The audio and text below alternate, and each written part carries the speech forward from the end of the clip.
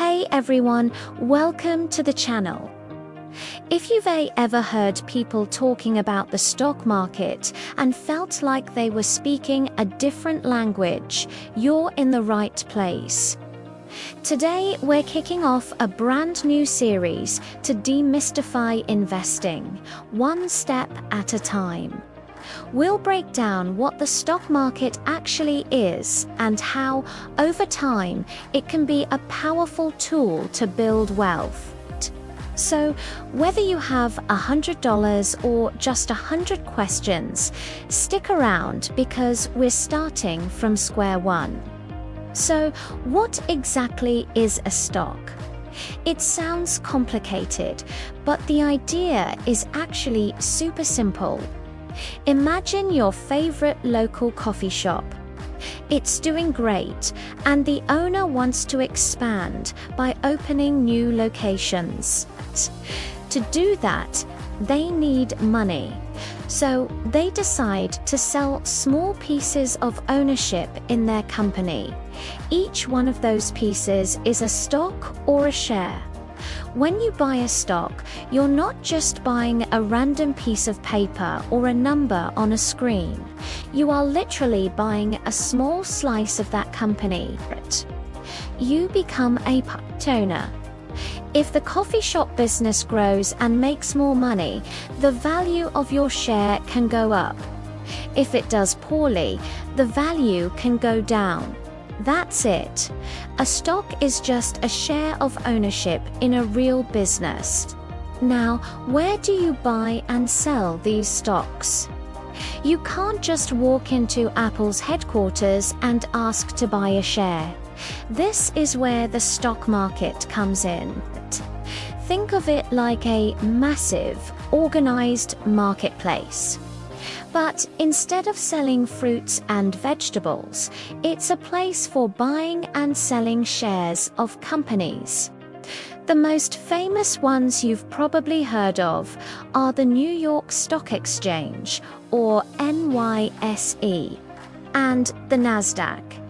These are just platforms where millions of buyers and sellers come together every day to trade.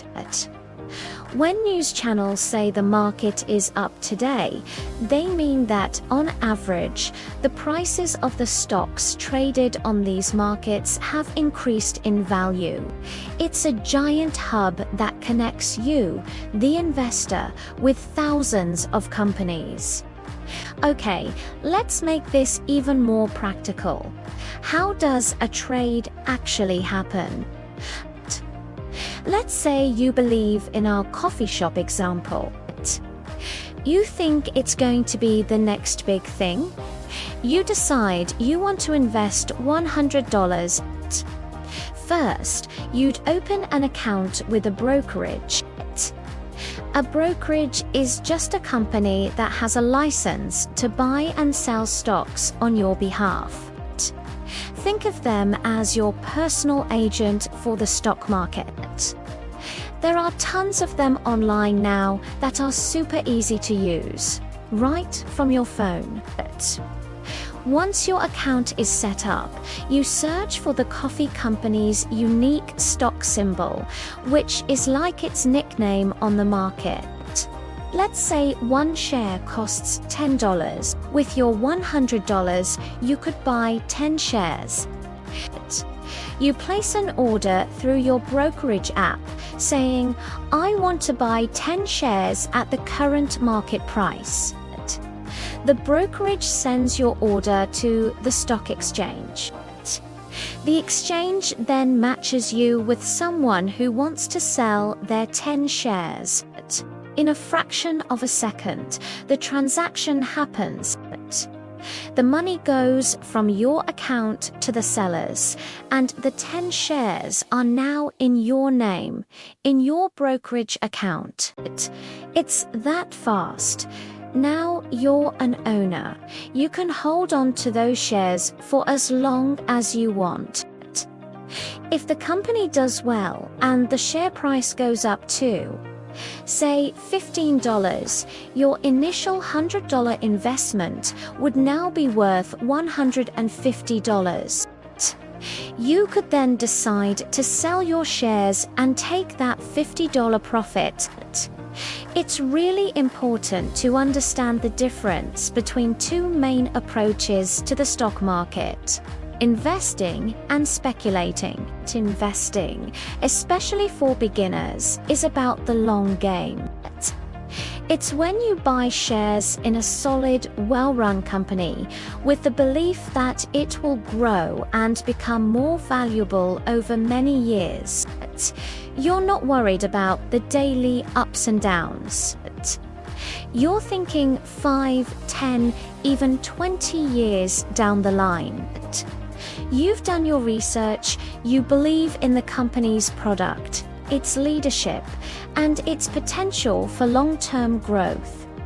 This is how many people build significant wealth over time. It's a marathon, not a sprint. On the other hand, there's speculation. This is more like short-term betting. Speculators try to guess which way a stock's price will move in a very short period, days, hours, or even minutes. They're not necessarily concerned with the company's long-term health. They're just trying to profit from quick price swings. While some people can make money this way, it's extremely risky, especially for beginners. It's a lot more like gambling, and you can lose money just as quickly as you can make it. For our series, we're going to focus on the investing mindset, building a solid foundation for your financial future, not just chasing quick wins. So let's quickly recap the key takeaways from today. First, a stock is simply a small piece of ownership in a business. When you own a stock, you're a Second, the stock market, like the NYC, is the marketplace where these shares are bought and sold. And third, the smartest way to start is with a long-term investing mindset, not by trying to speculate or time the market. The goal is to buy into good companies and let them grow over time. Don't feel like you need to become an expert overnight. The most important step is the first one: learning. Start small, stay curious, and keep educating yourself. I promise it gets less intimidating the more you understand. Thank you so much for watching the first episode of our investing series. I hope this cleared things up a bit. We're just getting started. If you found this helpful, please hit that like button and subscribe so you don't miss our next video, where we'll dive into how you can actually research your very first stock. And I want to hear from you. Drop a comment below with the number one question you have about getting started in investing. I'll do my best to answer it in a future video. See you next time.